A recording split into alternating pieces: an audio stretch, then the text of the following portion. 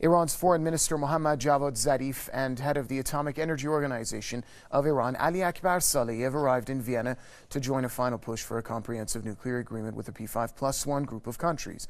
Upon arrival, Foreign Minister Zarif told reporters that the negotiations have reached a very sensitive stage. He reaffirmed that an agreement is within reach if the other side shows political will and seriousness in action. He said Iran's negotiating partners have recognized the fact that only an agreement which is fair, balanced, and respects the Iranian nation's rights is sustainable and binding.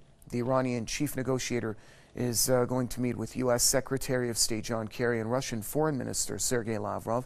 Iran and the P5+1 group of countries have until June the 30th to resolve the remaining issues.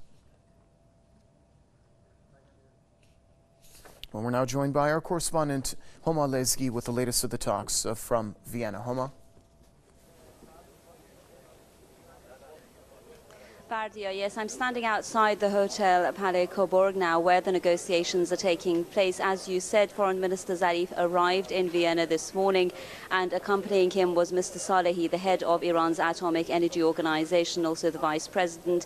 And Mr. Zarif said this shows the seriousness of the Iranian side when it comes to how it's attending these negotiations. And he said that there is a political will on the Iranian side, and there is an intention to get to a conclusion.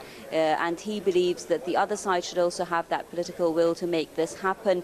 We are hearing a lot as these talks enter their final stages. There's a lot of speculations, a lot of different reports. For instance, some reports were saying that there has been a lot of progress made on the issue of sanctions removal. I put that question to Mr. Zarif, and he said that we are, in his own words, certainly making progress. However, he didn't confirm whether that or any other issue is nearing conclusion, as he actually never does when it comes to negotiations which are being held behind closed doors.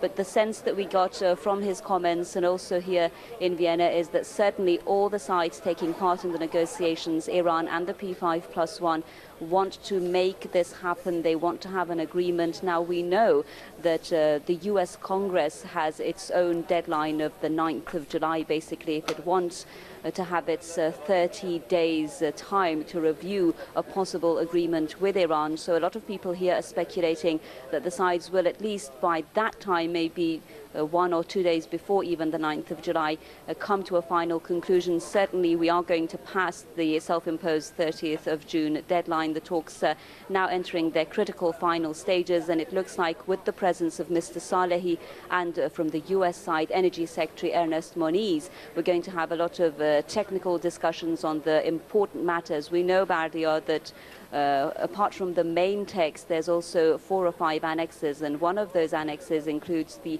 technical details we're hearing pertaining to nuclear issues. And I assume that this includes, for instance, the case of the Arak heavy water reactor, how, based on the Lausanne framework, of course, that reactor is going to be restructured in order to allay the concerns that the other side has about the production as a byproduct, basically, of weapons-grade plutonium, etc. So I think Mr. Salehi can do a lot of discussions and basically give technical insight on how that can be done on a practical level. The framework that was agreed upon in Lausanne does, as its name suggests, give out the basic outlines, but what's important is that the side needs to work out all the practical measures and detail them in these annexes and in the main text, when and how each act is going to be performed, and both sides, especially Iran, insisting on the issue of simultaneity, meaning that it looks to me that the issue of sanctions, for instance, will be resolved once the issue is finalized. That would be one basically stage of the agreement. Then we'll have the Congress review and the confirmation that, okay, everyone is okay with this, and now we're ready to perform it.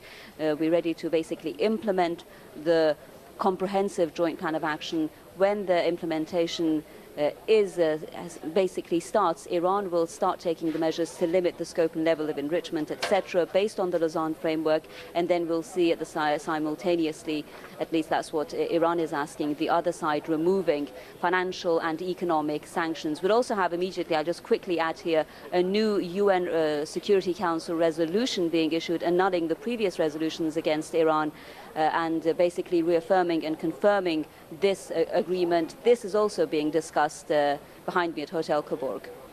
Thank you very much. Press TV's Homa Lezgi joining us from Vienna. Now to offer us more insight on that story, we're joined by Professor of Imam Sadiq University, Mohammad Hassan Khani, who's joining us in our studios here in Tehran. Professor Khani, welcome to the program. Foreign Minister Zarif has stated that the only sustainable agreement is a fair and balanced one. Give us your point of view of how events will transpire as the deadline looms. Yes. As we approach the so-called deadline, no matter is the initial deadline or maybe a few extended days deadline, as we approach it, it seems to me that we are hearing a number of key phrases and key words more frequently. Among them are this fair and balanced agreement phrase, also political will. We can add to that another phrase which is used more frequently, and that's the excessive demands. These somehow shows the sensitivity of the timeline that we are as we approach the deadline. According to Iran and Iranian officials, there should be a political will on the other side, on the P+1, and especially on the United States side, to come forward and to approach this very last phase of the negotiation with a real serious political will. So this is the key issue. If the political will is there, I'm sure that the agreement is within reach, even at the very initial deadline. But unfortunately, what we are hearing now these days from Washington is, again, something that Iranians call it excessive demands. It means somehow those issues that are violating the Iranian red lines or ignoring the Iranian red lines. If the Americans are just continue that way, that should or could jeopardize the accessibility of the reaching of an agreement. So in my view, what Foreign Minister Zarif means by fair and balanced agreement is something that is somehow acceptable to all sides, including Islamic Republic of Iran and also the United States. That should be something that paved the way for a final agreement which, if reached, somehow could change the geopolitics of the Middle East. And I'm sure that the impacts of reaching agreements go beyond the Iranian nuclear issue and somehow can contribute to achieving peace and stability in this volatile region. Professor Mohammad Hassan Khani, thank you very much for sharing your comments with us here on Press TV.